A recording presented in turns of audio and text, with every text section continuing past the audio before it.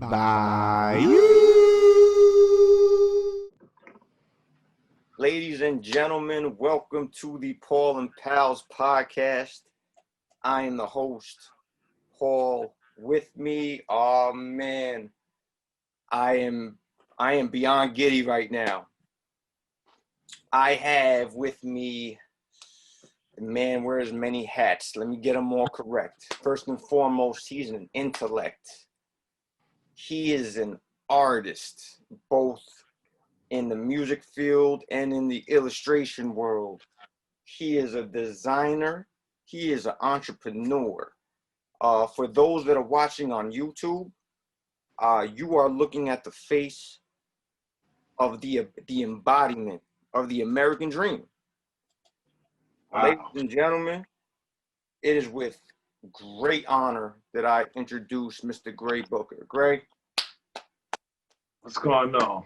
Dude, I greatly appreciate you, man. Thank you for taking the time, dude. Nah, it's nothing, man. We go, what people don't know, man, we go way back. Like, when I say way back, I don't think they understand. Like, most people sit here and be like, oh, that's my homeboy from way back. Nah, I'm talking elementary school. It's right. Since kids, man. Since kids. And God. Do you remember anybody else from our fourth grade class? Because I only remember you. That whole year, we spent with our desks next to each other, literally next to each other, drawing. It was. We should have been learning, but we were just doodling away. Yeah. Now Miss Fiore was a great teacher. But we weren't interested in none of that. Dude, I'm going to be honest with you, man. Now that you say, do you remember anybody else? I would have to see like a class picture or something because honestly, you're it, dude. I don't remember anybody else. Right. Yo, you know what? As I was getting ready, to do the podcast, I'm like, you know what I mean? Who else was in that class with us? And for the whole week, I'm trying to all right, I'm like, yo, it's me, Paul. And then I would just go blank. And I'm like, I'm not trying to, go through my mom's pictures and see the picture, but like, oh, they was in the class too. It's like, from my memory, I don't remember anybody else or anything else other than us drawing. Yeah. Nah, same, dude. I want to say, to that, in that vein, man, like you've always any those childhood memories that I have, you've been a part of them, and I can't tell you how much I appreciate it because I told you this before, man. You had that you were magnetic. You always had that smile. You always had that light that just brought people in, man. And I appreciate me being one of those people that you let in because you help make a childhood a little bit better in whatever way possible, dude. So, right to you, man. I appreciate the hell out of you, bro. Right. No, and it's vice versa. It goes the same way. It's like, I used to be, I was always in the art since, my conception. Yeah. When, before even going to school, I would sit and I would watch my mother draw. So my mother's left-handed. So, she would hold the paper on the side like this, so I could look over her shoulder. Nice. It would ignore her. She would after a while, she would tell me yo, I can't draw with you looking over my shoulder like that. But I would just be so amazed at how she would hold the pencil and put the, the marks on the paper. And then I just, one day she, left her stuff on the table and I started doing it. So, to get in school and have a classmate that, I glance over and you're doing the same thing. So it's like, hold on, I need to move my desk over there. I need to see it. And you used to hold the pencil different. I still remember that. I still do. You still hold the pencil like that? I still hold the pencil that way. like this. If I'm writing or something, I still hold it in a way people look at me and they're like, dude, why are you holding it like that? It's just, man, that's how I do it. Yeah, so I was always amazed at how you held the pencil and was able to draw with such accuracy. Like, I don't think people understand how you drew the whole Ghostbusters, everything. Well, I would look over, and we'd be making our own little comic strip, because you'd be drawing something right next to me, another Ghostbuster thing, dude. It was Right. I did not have, and again, you know, kid level drawing, whatever, but there was nobody else on that level of drawing that I remember, other than, you know, looking over at you and you just going, yo, what do you think about this? I'm like, oh shit, look what I did, you know, and that's Right. what it was. Right. We would sit there and critique each other's work. I mean, and to me, that's amazing, because everything that you see, you know, behind me, from the logo on my hat to the logo on my shirt, these are all things that I drew. Every shoe back there, every purse, everything on that wall, I drew it on a piece of paper. So, you know, when I sit and I think about, you know, how did I get to this point? I could have never got to this point without sitting my desk next to yours, and, you know, we building that camaraderie. Nah, absolutely, man. Again, man, much appreciated. You took that ball, and even though we weren't learning whatever was being taught in that class, that manifested into, like what you said, what's right behind you, you know, that manifested itself. So even not school learning, you learned. Yeah. You know? So yeah, it was I mean, I also believe in, you know, the universe is gonna, you know, put you in certain situations early, so that when they come back around later in life, you actually know what to do. It's preparing you for that. So, and when I sit and think about it, although we did zero amount of work that whole year, I don't feel like we missed out on anything. no. If anything, we gained. Right. Gained. We got the education we technically needed. Right. And, you know, again, it was, like you said, it all culminated into where you are now. To be able to look back at that, wow, man, that's awesome. I appreciate everything you just said about, you know, the camaraderie and everything like that. That's awesome, man. I appreciate you, brother. Yeah, no, I appreciate it. That's why, you know, when you hit me up to do the podcast, man, I'm all in. So, all right. So with that said, man, I have a confession. So when I've always told you this, I told you this on Facebook, on Instagram. I'm going to say it now for whoever to hear. I've always looked at you with admiration and as an inspiration. I've said that many times. From a childhood friend to where you are now has been amazing for me to see. So when I had this thought, that first initial spark of, I think I want to do a podcast. I think I want to take this and see where I can go with it. No bullshit, man. The first person that I said I would love to do a podcast with as like my special guest was you from day one. Because I've watched you from a childhood friend to jumping into music, to advancing in schooling, to then taking it to the taking that art to the next level, to now where you're at now. Like, I've got to see almost the entirety of it. And again, coming from a friend, I was there in awe. Like, wow, this dude's really doing it. So like I said, when the thought of, I think I want to do this podcast thing, you were the first person I thought about. It took some time to get there, but shit, man, I appreciate you helping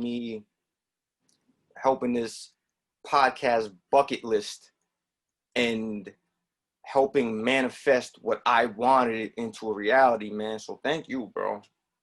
Nah, it's no problem, man. You know what I'm saying? It's, you know, that's what friends are supposed to do, support each other genuinely. You know what I mean? So it's like, even when, you know, like you said, you've been there to see the whole, you know, journey from us being kids in class together to, you know, where we're at right now, having this conversation. So you know, I don't think you realize how much of a big deal it was that, like, even when I was doing music, you made a flyer for me. Like, you took pictures off my Facebook and then made a flyer for me. And I'm like, yo, that's dope. The first thing I did is when you sent it over, I went, and, you know what I'm saying? I went and seen my mother and I showed it to my mother. I'm like, yo, look, Paul did this. And she's like, Paul, your friend from elementary school? I'm like, yeah. She's like, wow. Like, you know, she's shocked that, you know, we were still in contact after all of those years. So it's, you know, crazy how technology, because, you know, life happens and, you know, right. everybody goes their own routes, but to have a means to still Right. be able to holler at somebody that you generally have love for, it's God, man. I love this world we live in, man. As crazy Right. as it is, dude. And think about it. When we were kids drawing together, this, what we're doing right now, was unheard of. This was some Jetson shit. You couldn't even imagine. Right. Think about it. So this is like, we were kids and they were like, oh, you know, the Jetson shit. We like, oh, that's well in the future. We won't be alive when they can do that type of shit. And we're doing it right now. Ah, man, it's beautifully said, man. Like, to be able to do this again, man, it's technically a dream come true for me, man. Because right, you're doing a damn thing. To be able to have you here. So, all right, so let's put the memory lane to the side for a second. All right, let's get into the business. Let's get into the business. So, founder. Well, first, let's start with this. For the people that don't know, give us a little snapshot of Gray. Where you come from. All right. So I was born Gray Booker. I grew up in school with everybody calling me Gary. Didn't really want to be called Gray as a kid. So it took years for me to actually, you know, like you said, throughout my life, I went through different transitions, you know, as, you know, Gary, the basketball player. Then I transitioned into Books, the rapper. From Books, the rapper, I, you know, transitioned out of music into fashion design. And as I transitioned to fashion design, like within music, when I transitioned to music, I didn't want my rap name to be something that was too far away from who I was as a person. So that's where, you know, the Books part came into play. So when I'm like, okay, now that, you know, music kind of ran its course and I'm not really, you know, I had gave myself a time frame within doing music. I said that if I didn't have an album out by the time I was 30, that, you know, I was gonna walk away from it. 30 had came and I'm still doing music, you know, but I'm a little bit closer to reaching this goal. Right. And so I gave myself another 5 more years. So I said, all right, I'll see where this goes to 35. As I'm approaching 35, it's like, you know, I started getting pigeonholed into just only being a songwriter for other artists. I originally would write songs for other people. I would trade these songs for studio time. So this was my way of not having to pay for studio time. Right. I'd come in, I'd find up and coming record labels. They always had a female artist. I would write rhymes for their female artists. I knew what my work ethic was in the studio because, you know, growing up in Yonkers in the neighborhood that I grew up in around, you know, the Locks, I was privy to, you know, being in the studio when, you know, they were recording, when DMX was recording, and I saw how the process went. I saw a bunch of other, you know, rappers from like Philly, you know, that was in state property come up to Yonkers and then they record and looking for, you know, to get a record deal. So I had been around music really my whole teenage life.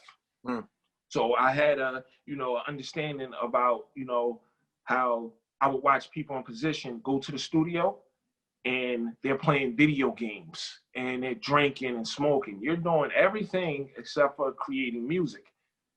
And then it will come to like 3, 4 o'clock in the morning. Now you want to start working on a song. I was never that type of person. I would walk into the studio. The moment I walk into the studio, we're working. From the moment I walk in to the moment I leave, we're working on something. So, because my thing was, I understood the business side of it too, was that you may be sitting in here, but somebody is paying for that engineer to sit in that chair. Somebody's paying for this electricity. Somebody's paying that producer for this beat. And that somebody is you. All of this is coming out of your budget. Nothing is free. So, you know, I come from the era of, you know, buying out the bar. You know, this is before it was buying bottles and popping. It was you bought out the bar. So it was so many rappers that got deals that went to the club and spent $30,000 to buy out the bar. And it's like, where do you think this money is coming from? The label's not just doing this for free and all that. They'll give you whatever you want, because when your album come out, they're gonna recoup all of this money. So in my mind was, how do I save as much money as humanly possible so that they recoup less and then I take home more? So as all of that started to, you know, go on and manifest, I started to see a need for, you know, people needing songs. I knew other people's work ethic. I knew it wasn't the same as mine. So one time I actually timed myself. It took me 15 minutes to record a song, start to finish. I'm talking about record 3/16s, the hook, ad-libs, all of that. 15 minutes. Done. So I said, if I can record a song in 15 minutes, imagine how many songs I can record in one studio session, especially if I'm coming prepared. Later on in life, when, you know, I was with Ruff Ryders, I had got to the point where they had a formula where they would want you to only write hooks. That's it. So I would go to the studio for like 2 weeks to a month, and I would only write hooks and record hooks. And then the next month, I would come in the studio and I would just go through all of the multiple beats and hooks that I wrote, and then now write the verses. So it was easy for me to just sit there, and whatever mood I was in, somewhere I had a song already ready to go. And now I would just write the songs right there on the spot and record them. I was doing that so much, I had so much music that I started to just sell it. Here, you can have this one, you can have this one. I'll change the words to this, I'll make this apply to you. Here, you can have this. Then it got to the point where I was actually teaching the people that I was writing for how to record the song. Ahead of your time, man. That work ethic, I think it was, I always try to take my lessons from people that have done the damn thing. I remember Warren Buffett having a interview with somebody. He said, oh man, I came out of college and I had this work ethic that it had to be like this because everybody else does it like this. And he said when he ended up going to the businesses that he was preparing for, he was ahead of the game because people don't have that work ethic. Yeah. They show up and they think that's enough. Right. But you have to, I always say, knowing and applying. Right. They know, they show up, they're there. But what are you really applying? Exactly. Exactly. You came ahead of the game, ahead of your time to be able to do that like that. Yeah, because I had already saw what I already saw the mistakes that other people made. And I saw a need that, okay, this is where it's a lot of waste going on here, which that's never going to change. So I can use that to my benefit. Then it's a need over here. I can now trade my talent to offset me actually having to come out of pocket and pay for studio time. I probably, in all the years that I was rapping, I've probably only paid for, if I say 5 studio sessions, that's 5 too many. Like I definitely didn't pay for over 5 studio sessions. So how many sessions do you think total that you did? Oh man. Rough estimate. I know it sounds like a lot from everything you're saying. It's okay. So I'll just talk about my stint with Ruff Ryders. Right now, I have 2 mixtapes, an album and a half that no one's ever heard. Mm. And I was recording at least about 50 to 60 songs each project. Wow. So when I say that it's, this mixtape, I was probably putting 15 to 16 songs on a mixtape. I was probably putting 12 songs on the album. I was, and I wasn't carrying songs over. So if I did this mixtape, those are those mixtape songs. When I did this album, these are this album songs. So if I took 50 to 60 songs and I shortened them down to the best possible 12, I still have that music as well. Wow. So pretty much countless sessions. Yeah. I have an external hard drive that's, I think is like 1 or 2 terabytes. So when I bought the external hard drive, the engineer said that this is what they use to store the movie zone. He said, you would never fill this up. So I took that as a personal challenge. Nice. oh yeah? Nice. All right, let's get to it. You know what I'm saying? I'm going to do my best to fill us up with content. Awesome. Dude, Ed, it's the other thing I admire, man, like, still successful.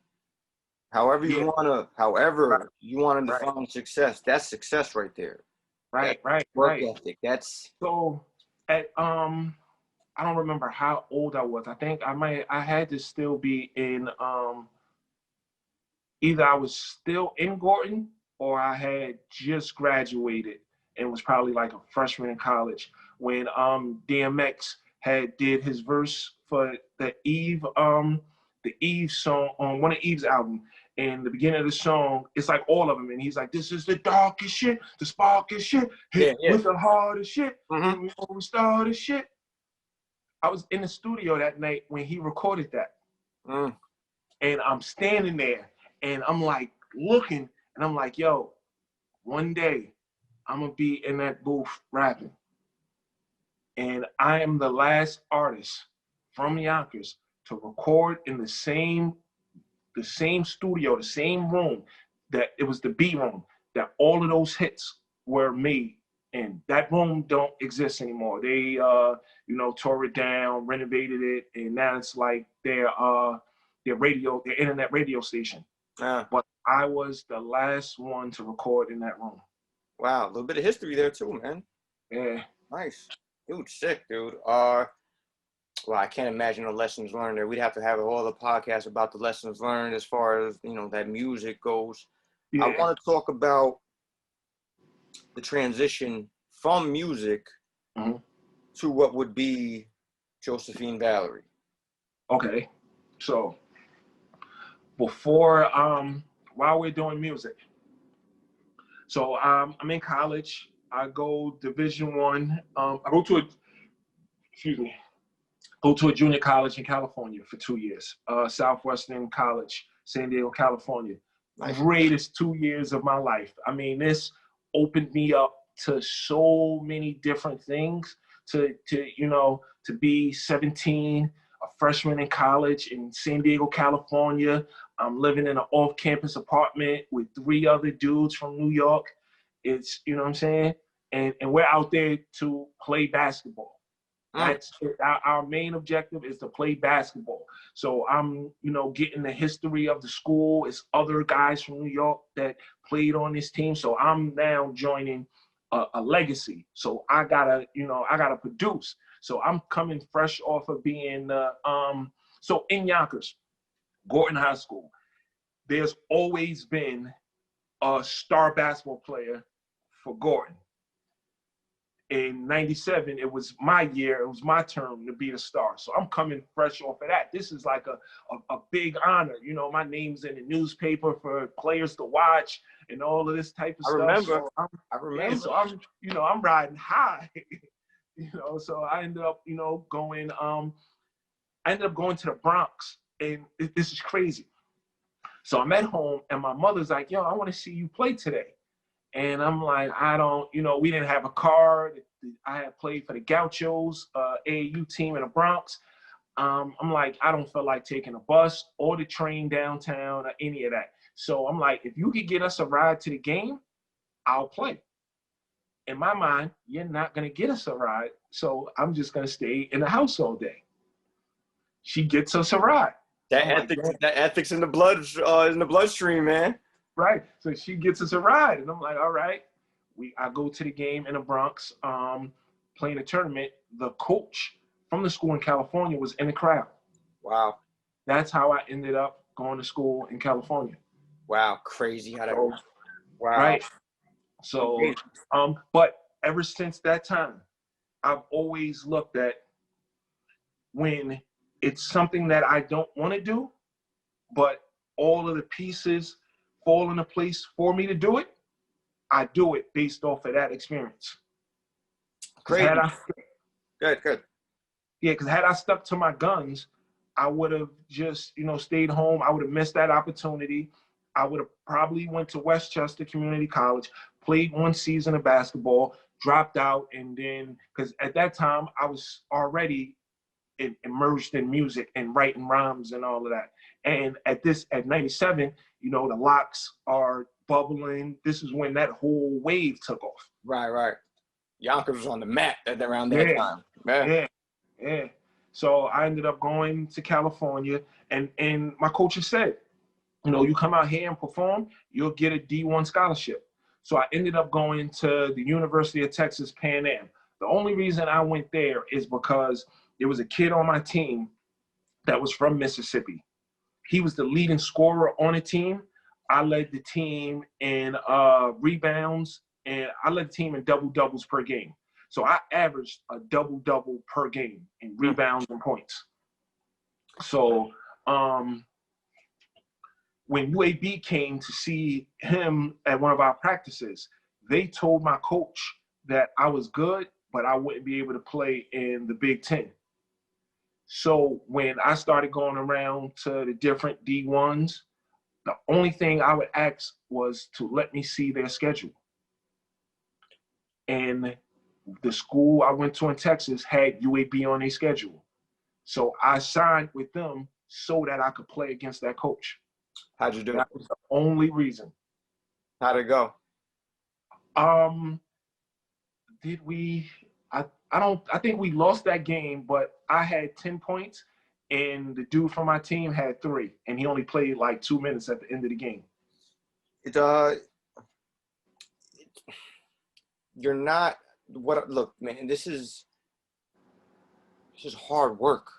Like you said, ethics. You're not stumbling on these successes in your life. Right. From the beginning to the music to the basketball. Dude, that's cross-country traveling to do something. Like, you're not going to stumble, accidentally do that. That goes back to the hard work, to the ethics, to again, you wouldn't be here if it wasn't for those. Right. So now, as I'm in college, I ended up tearing my Achilles tendon. Ooh. After tearing my Achilles tendon, they wanted to do surgery and put pins in my ankle and all that type of stuff. I wasn't with that because the style of basketball I played, I went to the basket. I dunked on people. I did all that. So in my mind was, if I had pins in my ankle, the odds of me coming down wrong again and turning my ankle, now I'll probably tear them pins out, and now it's like bone fragments. This is my way of thinking. Yeah. I had an earlier, before I actually got injured, I had I was in San Diego, junior college. So if you remember, like, if back in the day when we were kids, what was the show Amar Rashad was on? The NBA show. Yeah, it would come on every Saturday, Inside the NBA. There you go. Right? Remember, they would always show Hoop It Up. Yeah. They would always show the segments of Hoop It Up, the 3-on-3 tournament. I actually played in that. No shit. Yeah. So it was weird. So I'm like, I'm out there. I'm 17. It's it's on the side of a freeway like an underpass. And I'm like, yo, I remember watching this on TV and all that. Wow. I actually played in it. I saw Bill Walton. He was sitting in a chair, and the way he got up out the chair, it looked like it hurt. Like it was like in sections. It was like, you know what I'm saying? And he's a pretty big guy, but you could tell he's like hunched over. And instantly, without even, you know, talking to him, or I instantly knew that's from years and years of playing basketball. That's the effects of the wear and tear he put on his body. Yeah. So the moment that I got hurt, I still, you know, I still had enough talent to still have a tryout, an NBA tryout. I made a free agent team. I played in the NBA Summer Pro League, but that's where it all came to head for me. Like, to continue to put my body under this pressure, I already saw what the effects was. Yeah, this is what my future holds. Yeah, it didn't add up for me. No, fair. So that I ended up, you know, walking away from the game of basketball. But for me, it was like, you know, that was my story. I'm the first male in my family, and I have a huge family, to go to college. I inspired generations that came after me to go to college. And I've had cousins go to college and play, you know, Division I basketball and all of that. And, you know, I was the first one to do it. Wow. So I take joy in that. But to segue to that, another childhood friend of mine, Corey Butler, he was the point guard on Gorton when I was playing basketball. So my junior year was his senior year. He goes off to college a year before me. He ends up getting hurt. He comes back home. He gets a job at the 9 West Group in the corporate office. Mm. And when basketball is over, he gets promoted to the sample manager of the 9 West division. And he calls me. He's like, yo, I just got promoted to manager. They're going to let me have an assistant. You want a job? Wow. I'm not doing anything. So I'm like, yeah, what store are we going to be working in? He's like, nah, it's not the store. It's the corporate office. It's where they design the shoes. Fast forward, I'm at work one day, and we get an order of all. So everything you see behind the wall are samples. Okay. So we would get all of these shoes at one time in multiple different colors. So it would be like 4 or 5 colors for each shoe. Okay. So dealing with a company that big, we're getting thousands of pairs of shoes a day.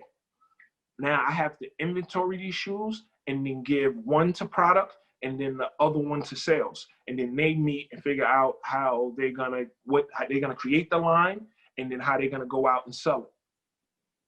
So as I'm sitting there and I'm inventorying, it used to come in white shoe boxes. Now, you know, you can't give white anything to an artist that have a pen in their hand. Yeah. So I would draw on the shoebox. So as I'm inventorying, you know, because this shit is tedious and boring. In between, I take a break and draw on the shoebox, then throw the shoebox away. It just so happened that the CEO of the company at the time, Mark Fisher, he walked by to go to the bathroom. As he walked by, I was drawing the shoe that was in the box. Now, I've looked at this shoe, like this is like the 20th time I looked at this same shoe, just in a different color. Right. I'm drawing it on the shoebox. He walked by, he looks, and then does a double take. He walks over, really looks at it, and was like, you made the vamp too long. At that point, I had no idea what the vamp was. Uh-huh. And he's like, you know, go sit with Pat and Kathy and have them show you how to get your proportions right. Wow. So I'm like, okay, Pat and Kathy are 2 of the designers for the brand. Mm. So I'm like, oh, okay. Still doing what I'm doing. And he's like, no, go do that right now. So me inventorying them shoes and doing all that was not important to him at that time. It was more important to see, you know, if I can learn this He in saw design. something. He saw Yeah. something. Well, he Yeah. saw it. Let me not say something. He saw it. Right. So, And this whole time, I still want to be a rapper. So it's crazy because my whole department, and me and Corey was talking about this the other day. I have a CD, like one of my first CDs I put out, The Life of Books. The album cover is the buildings on Riverdale, and there's my Books logo over top of it. We made all of that at 9 West. We were using their equipment to print my CDs up. efficient. Nice. Yeah. So and I ended up performing at the 9 West Company Cookout. Wow. Dude, everything leads to something. It all means something. People think it doesn't. Everything means something. Right. You gotta be able to put that work in, man. And even, doing on a box, man, like that was a stepping stone. That's an incredible story, man. Right. Please So continue. Yeah. Yeah, so that happens. Things are starting to pick up with music. I think it was around Barack's first term, when the whole world got laid off. So I end up, getting laid off from the shoe industry. Okay. Which was cool because it gave me more time to focus on music. This is how I end up with Ruff Ryders. As I see that starting to, come to an end, it's like, what am I gonna do next? And I ended up having a conversation with my mother, and I'm like looking for a brand name, and I'm like,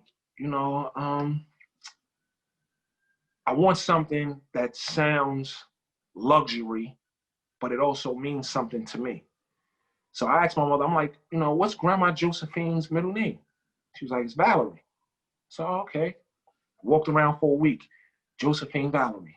Beautiful name. At this time, I don't have no designs, but now I have a brand name. My grandmother, so Josephine Valerie is my great-grandmother. My grandmother is the firstborn of her 16 kids. Wow. Yeah, so I start drawing. I designed 5 shoes. So I designed the 5 shoes. I go to Michael's and I buy a portfolio. I put the 5 drawings in a portfolio. The only thing that's in there is the 5 drawings. Okay. Nothing else. The rest of the portfolio is blank. Looks like a portfolio though. Look the part, play the part. Yeah. So I go to my grandmother's house with the portfolio. I sit down. It's just me and my grandmother. So at this time, my great grandmother had already, passed away. She had passed away. It was probably, 10 years had gone by. So, just with all of the things that my grandmother taught me and the respect and just things she instilled in me as a kid, it was, you are now the head of this huge family. 16 kids, 15 of them had families. So I have a lot of cousins just based off of my great-grandparents' offsprings. Right. So my grandmother is now the head of this huge clan. So in order for me to, do what I'm doing, I knew I needed my grandmother's permission. So I sat down with my grandmother, I handed her the portfolio.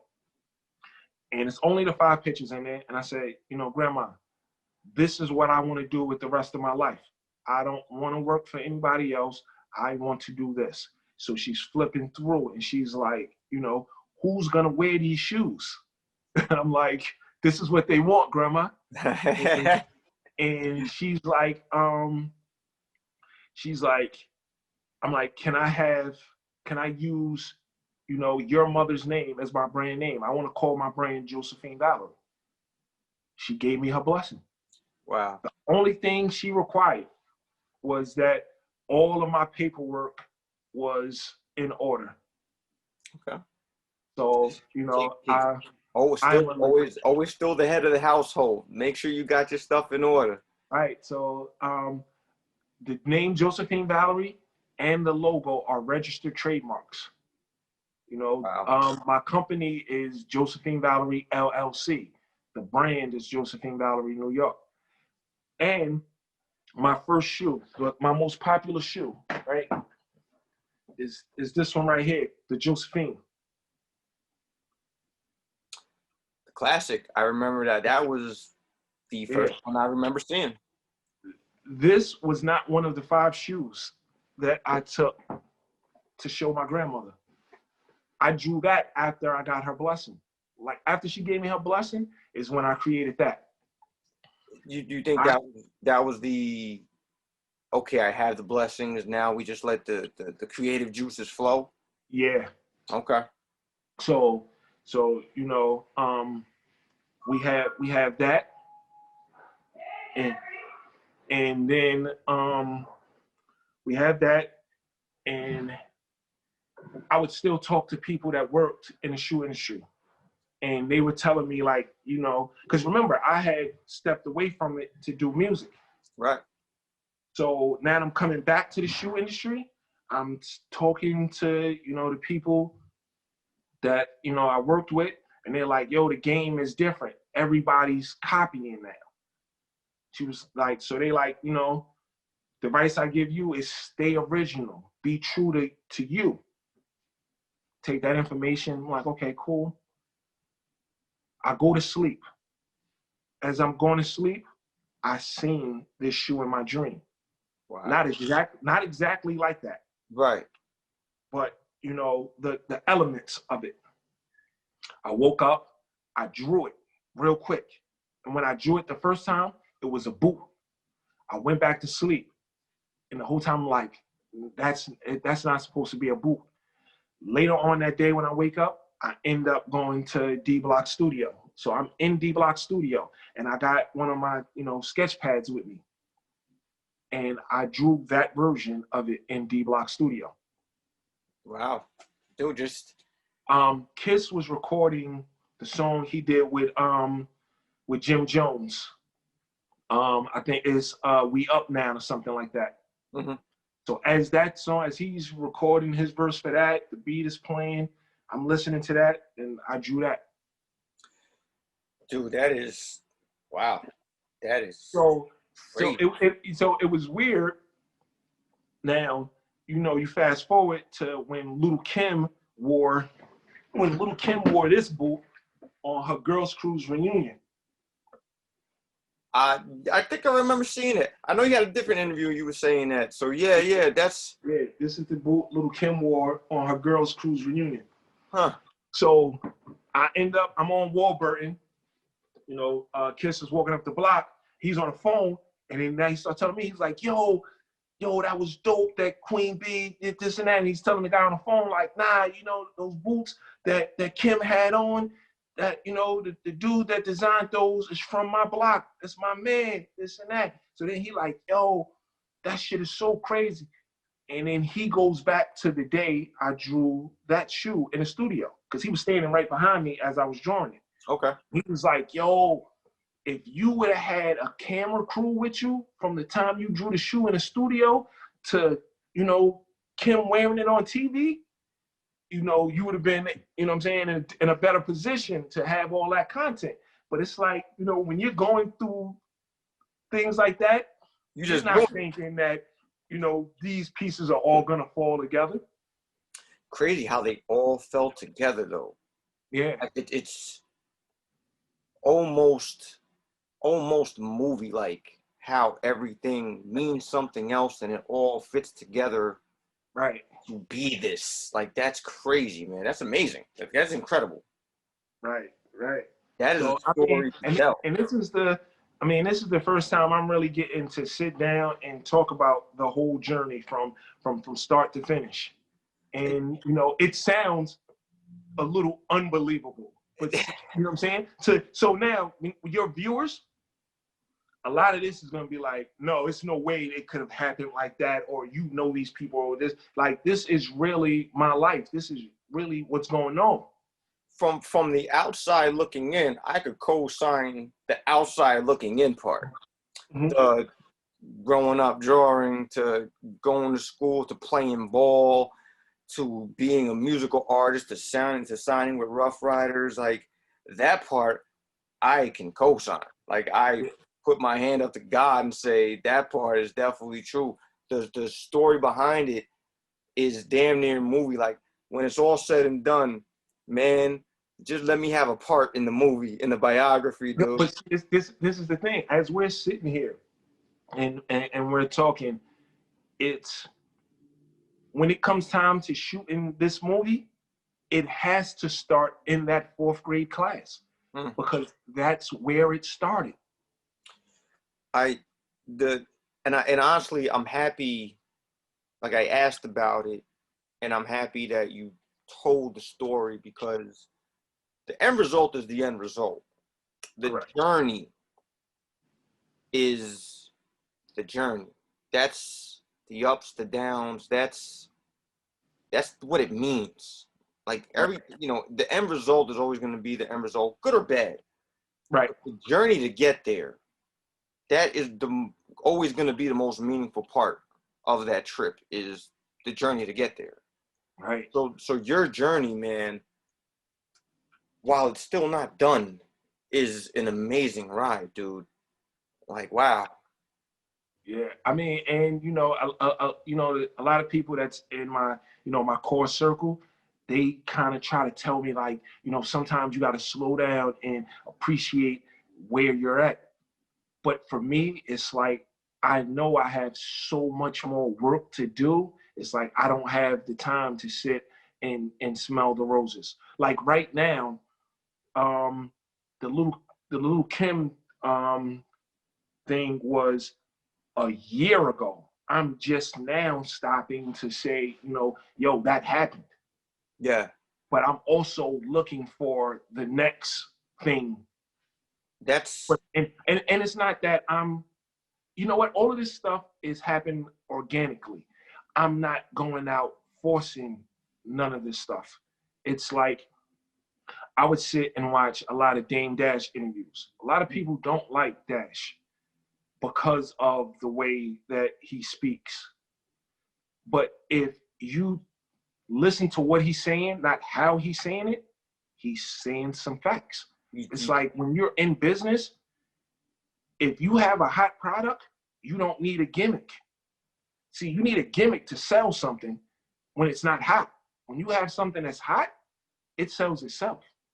I believe, I can't remember where I heard it. I think it was like Eminem's story or something like that. And as many times as they shut him down, I believe somebody was like, you just can't deny talent, or you can deny it, but for so long. Yeah, right. So the talent will always speak for itself. The gimmick part is just a little extra, little sprinkles on top, but the talent is the main part of it. And you can never deny that, dude. That's wow. Do you, other than your grandmother, growing up where you grew up, because again, we're from Yonkers, different areas. Right. We're from an area and from a time, we are from an area and an era that the expectation on the high end was to just make it through life, make it grinding out one day to the next day to the next day, even if it's in mediocrity. That was the expectation. Right. You yourself, growing up as a black man in this country, the expectation by some other people was to end up being a statistic. Correct. Where do you think the motivation was, any inspiration to not be that? Just being aware of who I was as a kid. Like I always knew. I didn't know what it was, but I knew it was something different about me than everything else. I knew that it was more to the world than, you know, Warburton Avenue, Riverdale Avenue, Giddy Square. I knew that whole radius that I grew up in, that it was more to it. But like you said, I then grew up in a time where, you know, I'm 4 years old, 5 years old, I'm going outside to play. And as soon as I go outside to play, the older kids that are already outside playing are the locks. She Mooch and Jadakiss. I grew up literally in the same neighborhood as them. So as I'm in elementary school, they're in junior high school. When I get to junior high school, they're in high school. Yeah. We're literally all going to the same schools. So by the time I get in high school, they are already the locks now.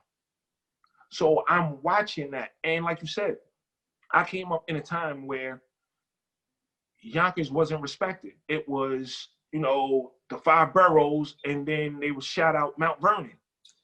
Yeah. You know, I would go downtown and play basketball for the Gauchos. They thought I was from Brooklyn. Nah. I would tell them I'm from Yonkers. And they'd be like, where's that at? Upstate? Upstate New York. I was about to say that's they always confuse that with upstate New York. But I can throw a rock and hit the Bronx, man. Like, yeah, they're like, where's that at? Upstate? I'm like, nah, it's up the street. Yeah.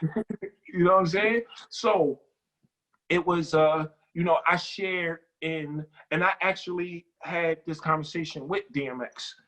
You know, I shared in the same sentiments of, you know, earning our respect and putting Yonkers on the map. So as X was doing that with music, I was doing it with basketball. So I took it personal when I went downtown into the city to play basketball, that when I left or when I got on this court, when I walked off this court, y'all understood that I was from Yonkers. I'm a kid from Yonkers doing this. And I took that with me. Through every school I played for. The announcers with every school I played for, when they would announce me to come on the court, they wouldn't say from Yonkers, New York. They would say from Yonkers, New York. They would pronounce it like that. From Yonkers. Yeah. Like, yeah, that's where I'm from. It's going back to something you said. Grew up in an era, music too. Listening to the Locks, listening to, DMX, even J. You had to, in the era that you grew up with, had to be original. If you copied everybody else, get your trash ass out of here. Yeah. You couldn't how the transition then turned into when your man was telling you, like, the game's different. Everybody's copying each other. And they don't understand that just be original. Just be you, and you'll find your path. Correct. And to be able to do that, crazy having those inspirations around you. Like, that's amazing also. Right. So I wanna ask you this question. It's actually a 2-part question. Okay. Adversity. And no details needed if you don't want to go into any like specifics on anything, but everybody has to go through that adversity, whether it's circumstances, whether it's life just has a way of just drop kicking you from time to time. Right. Or, you know, God, I don't know if you have it now, just listening to your story, but even self-doubt. Right. Was there a moment that you found yourself just going, now talking about the designer part of it, did you ever have a moment that you went, you just by yourself and you just go, I don't know, man? Or did you go, all right, yeah, so fuck this, I'm done, it ain't gonna happen? If so, how'd you overcome that adversity? Okay, so now, you know, my brand, I paid for everything out of pocket with my own money. So I ended up working 2 jobs. So once music once music came to an end, right? I worked at a residential treatment center. I was the house manager for one of the cottages. I would work from 2 to 10. Then from 10 to about 4 in the morning, 4 or 5 o'clock in the morning, I would be in the studio. I did this every day, every day. So once music started coming to an end and I'm not really going to the studio, I'm still up to 4 or 5 o'clock in the morning. So I'm like, you know what? I might as well go get a job at a different residential treatment center and just be an overnight staff over there. So I did it. So I said, if I'm gonna be up watching Netflix all night, I might as well get paid to watch Netflix. What's the easiest way to do it? And it was to go work at a different residential treatment center. So as I'm doing that, I'm saving money. I don't know what I'm saving it for at this point, right? I know I'm just saving it. Range Rover was my favorite car. Okay. So I'm like, you know what? I'm gonna get it. So now people are starting to, 2 years go by and people are like, yo, man, you stacking a lot of bread. What are you trying to buy? One guy said I was gonna buy a bomb. So, what I'm buying a bomb for? So I'm like, nah, I just would never talk about it. Then I said, yo, you know what? I could either go get this Range Rover and then I'm stuck at this job to pay for this car. Or I can invest in this business and then make Range Rover my company car. So I decided to go that route. So now I got all my money. I put my money where my mouth is at. Start contacting factories to see who could make this feather shoe. Okay. I heard no 7 times, back to back. No, it's too detailed. Shoe can't be made. This will never be made. Wow. So one factory, I sent them a different design. I'm like, well, damn, what about this one? They're like, oh, we got to redraw it over or this, that, and third. I'm totally at the point like, damn, did I make a mistake? Right. I hit up 2 more factories and they said yes. Nice. That was the moment, like right in between there. I was faced with a decision. It was either accept these 7 no's or persist until I hear yes. I ended up, I kept going. I gave it one more shot. I heard yes. So now when I'm working with the 2 factories, I don't tell the 2 factories that they're both making the same shoe. Okay. One factory asked more questions than the other one. That's ultimately the factory I ended up going with because they actually got the shoe right. That's what you see today. Wow. Dude. The other factory, they just asked a couple of questions and then they went off and did whatever they wanted to do. They still made a good shoe, but the feathers on it wasn't correct. You vetted them and you vetted them properly. Right. Good strategy. Okay, here you go. Not gonna say nothing. Right. We're gonna see who performs better. Who's gonna perform better that don't know they're actually in a competition. Yeah, and that's actually the best part of competition. Right. You don't know. Just show me. It's because now I'm actually getting your best work. Yeah. I'm getting what you're actually gonna do.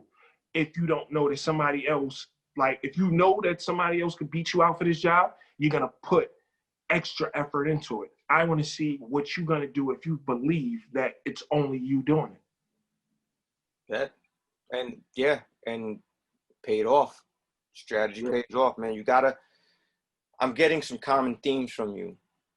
Strategizing, persistency, and I've been obsessed with this. And a couple podcasts ago, I was talking about it. The Last Dance with Michael Jordan. Yeah, I watched it. It was phenomenal. Phenomenal. But what I got out of that, and I watch shows when I watch them, but a lot of times I watch for the entertainment, but once the entertainment's done, I'll keep watching the same shit to get my lessons. Right. One thing I learned about Mike, see the picture, you see the jersey behind me. Yeah. One thing you see about Mike, and more so the greats, is that chip on your shoulder. I have to Yeah. prove these people wrong Yeah. because you're telling me I can't. Yeah. Do you see that as the biggest factor in those things I said, of the persistency? Yeah. Majority of it. Okay. But even with that, it started from that. So now remember, after 4th grade, right? This is where everything now starts to go downhill as far as being a student and being in school 25. I ultimately ended up getting kicked out of school 25 in the 6th grade. Okay. Being told that, you know, I was told by Mr. Torp, the principal, that I was never going to graduate high school or make it to C21. I turned 41 in December 21st. Wow. I graduated college. I did all of these things that they said I couldn't do or I wouldn't do. Goes back to the perception of being a statistic. And now you have somebody of authority saying you're going to amount to being a statistic. Right. So I'm continue. I didn't mean to cut you off. Right. Yeah. So I knew he had no clue of who I was as a person. Even then, none of them did. So I always believed that there's nobody on earth that can tell me about me. You can't. Like, I am who I am. And I've had that in me since a baby. Like, and I just, you know, I always wanted more. I always wanted to, you know, my mother said as a kid, I had expensive taste. Like, you know, and I remember we were going school clothes shopping. And this is back when Kwame had first popped and everybody was wearing polka dot shirts. Yeah. I wanted a polka dot shirt. That's all I wanted. And the shirt was $20. And my mother's like, I'm not spending $20 on just a shirt. Yeah. So I'm like, all right, I don't want nothing then. So she like, you want a $20 shirt? You get a job and you buy your own $20 shirt. And from then on, I've been like, now I won't even spend $20 on a shirt. Like, I'm like, I would, me now with that polka dot shirt, I'm like, I don't want that. Yeah. So well, that kind of segues, you know what? That kind of segues perfectly into my last question for you. And I'm plumb out of questions, brother. But you are dropping gems, man. Like people that listen to this. Don't just hear it. Right. You guys got to listen to what this man Gray is saying, because he is dropping gems right now that I'm hoping people pick up. So here's my last question, and if I ever get in a position that I can do this on a more consistent basis and have people on the stature of yourself, somebody that's been through the grind and is making it, and make no mistake, bro, like, proud of you, man. Like, your book is far from done, but where you're at right now, this chapter, wow, man, like, salute to you. So my last question is this. I always so this is what I want to know. If somebody was in your shoes on the come up, what would be your advice? One advice you would give financially, and one bit of advice you would give on a personal level in your journey. Okay, that's a great question. And all right, so check it.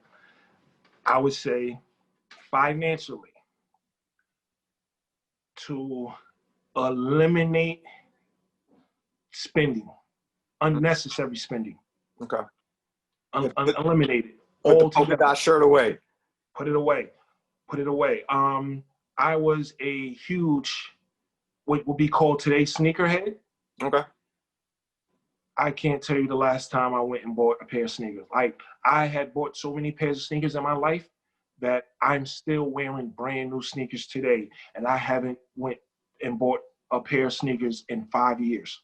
Okay. That's how many, you know what I'm saying? So I would say take inventory of your life. Sit down and create a budget. See exactly where you're spending your money at and eliminate anything that is not essential to you growing. You know, forget the Range Rover. All of these things, it's like, who is, you know, who is they? You know, who are these people you're gonna stunt on? Oh, I'm gonna get this money and I'm gonna be stunting on them. Who is them? Like, who are these people that you're trying to impress that you clearly don't like? And if you don't have it, are they gonna stick around? Right. And who you don't respect, right? So eliminate that thought of stunting on them. Okay. Get that out of here, right? All you need is your bare necessities. As long as you have food, water, shelter, and clothing on your back, you know what I'm saying? You're already ahead. You don't need it's one thing to look rich. It's another thing to be rich, right? The person that looks rich has nothing in their pocket, nothing in their bank account because they're wearing their wealth. Trying to maintain it. Yeah, the person that actually has the wealth is the person you see with the beat up sneakers. Because that $200, $300 he was gonna spend on the sneakers, that's in a bank, or he invested in something else that made him triple that. Now, if he really wants those sneakers, he can go get them now. I was always a person that I didn't spend money on things unless I can buy it twice. Okay. So if I couldn't afford to go to buy it and then buy it twice, I didn't need it. Because my thing was, if I go buy it and then now I have to eat hot dogs for dinner, then I really need that. Deep. Yeah. So that's step one. Make a budget and see where, you can cut the fat to start saving money. Log on to Credit Karma. Okay. And see what's on your credit report. Start fixing your credit. You can't get anything in this world without credit. Amen. You see what I'm saying? And it's so simple. So how I built my credit, right, was I went and got a secured card from my bank. I did my research on, most people think that when you have a credit card, credit is nothing but, can you borrow $100? Can you pay that $100 back? Can you pay it back in full, or can you pay it back in installments? I'd rather you pay it back in installments because I'm going to charge you interest on every time it's taking you longer to pay it back. That's how I'm going to make money. There is no rule that says that you can't charge $100 on your credit card and then turn around and give them their $100 right back. My first 3 years of building my credit, it took me a year to repair my credit. But the next 2 years, I only paid $14 in interest because I treated every credit card like it was an American Express. You know, with American Express, whatever you charge, you have to pay that at the end of the month. Yeah. So I treated every card like that. I didn't charge what I couldn't pay for. So I rebuilt my credit because I said, you know what? If the world came to an end right now, what is the one thing that I would always spend my money on? And at that time, it was sneakers. So for 1 year, I bought 12 pairs of sneakers, one each month, and put it on my credit card. So from where I would go to the sneaker store, I'll buy 2 and 3 at a time. I sat down and said, for 1 year, I'm only going to buy 1 pair of sneakers each month. I put it on the credit card, pay the credit card bill. This is how I, rebuilt my credit. And that strategy worked. Yeah. Now it's even simpler. Everyone has a cell phone. everyone pays their cell phone with cash. They pay their cell phone bill with cash every month. Whether you use your debit card or it comes directly out your account, you're spending your cash on it. Yeah. Get a credit card, put your phone bill on the credit card, and then pay the credit card company. Because you got to pay that back. You were going to spend this money anyway. Yeah. So now you get credit. You're establishing credit. You borrowed money, you paid it back. That's a gem. Right? So yeah, you have that. Build your credit. After that, educate yourself. Education does not stop when you stop going to school. Never stop. We're far beyond the era that we come from. The era that we come from, we had to go to the library. We had to go see the librarian. We had to ask her, yo, I'm looking for a book about this topic. The librarian said, okay, you go to that Rolodex, you pull it out. It came all the way out here. You had to flip through these cards. You had to find what shelf this book would be on. You had to go to the shelf and hope that somebody put it back where it was supposed to be at. They don't know about a Dewey Decimal System, man. You know what I'm saying? Now, you can just, from your phone, you can Google all of this information. Yeah. You can go to Amazon. You can order whatever books you want. They've made it so easy. Like, see, I'm still a pencil paper, hardback, paperback book. I like to hold it in my hand and read it. I like something tangible. I like to write in my books, underline different things, and take notes. Yeah, same. You know what I'm saying? So, but that's just the era that, we come from. It's even easier now because you can get this in an audio version. You can put earphones in and just listen to somebody read it to you. I've had this talk before. It's crazy how technology has made answers easier to get, and yet people, to a point, have gotten dumber with it. Right? It amazes me. They don't want to take the time to do the research. Because we had to do the research. Right. We had to literally do the research. Like, we all had dictionaries in our house. Some of us had encyclopedias. It's like you had to actually pick up a book and get into these things. Figure it out. But yeah, but I'll say that. I'll say educate yourself on whatever it is that you want to do. The information is out there. It's a book by Napoleon Hill, Think and Grow Rich. I tell everyone, pick this book up and read it. It gets repetitive after a while because it's about the law of attraction, but it's The Secret expanded on. See, the Secret only taught you about the law of attraction. Thoughts become things. Yeah. There's another step. After you have a thought, it does become a thing when you implement action. Knowing and applying. Yeah. Yeah. So with that, personal lesson that you learned. Mm-hmm. Personal lesson that I learned is that the more that I educate myself and apply different things, the further I'm going to go. I'm only limited to as far as I'm willing to push the boundary. That's it, Gotcha. I want to say this, man. We're going to let you plug everything in 1 minute.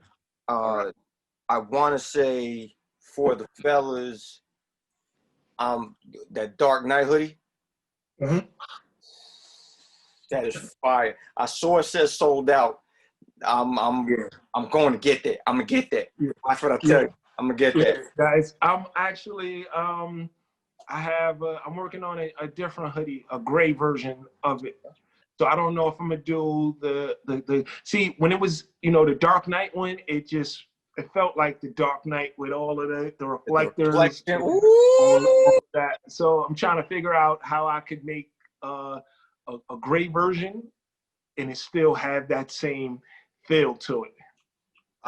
Dude, as artistically gifted with your imagination, I'm sure it's gonna come out as fly as the. And that's the thing. I look at like T-shirts and hoodies and just different things as blank. They're blank canvases. I can put things wherever I want. So that's how I approach, designing apparel. It's like, it's a blank piece of paper. This can go here, this can go there. And I have a lot of my work now I do on my iPad digitally. So, I drew this on my iPad.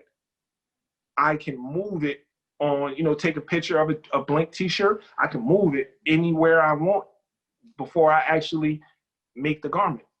Technology, man. Yeah, it amplifies the imagination. Right. Remember, as kids, we would have had to sit there with tracing paper and draw stuff over and over and over again. If you wanted that to be over here, and then in the back, you grabbing 3 pieces of paper and, like you said, some tracing paper, and you'd be doing it every single time. Now, copy paste, man. Now I just copy paste and then resize. Wow. I want to say this. I love art, obviously, and designs are designs. Hot designs are hot designs. So for all the ladies out there that's listening, and for the dudes that are looking to get the girls something, we got Christmas coming up. Right. My like, those things are fire. I have them right here. It's the LaToya. Low cut one. I like that. Urban, but still slick, sleek. Right. The Tiana. Okay. And the Tammy. Those are superhero. Yeah. Ooh, that's woman power boots right there, man. Right. So, now that you're going through the names, right? All of the names of the shoes are women in my family. Really? Yeah, all of the names are Josephine Valerie's descendants. Wow. They all come off from Josephine Valerie to Tiana, LaToya. They all sound high end. Like, yo, you got high end sounding names, man. Like, they all go perfectly with the design. So in the design is actually that person.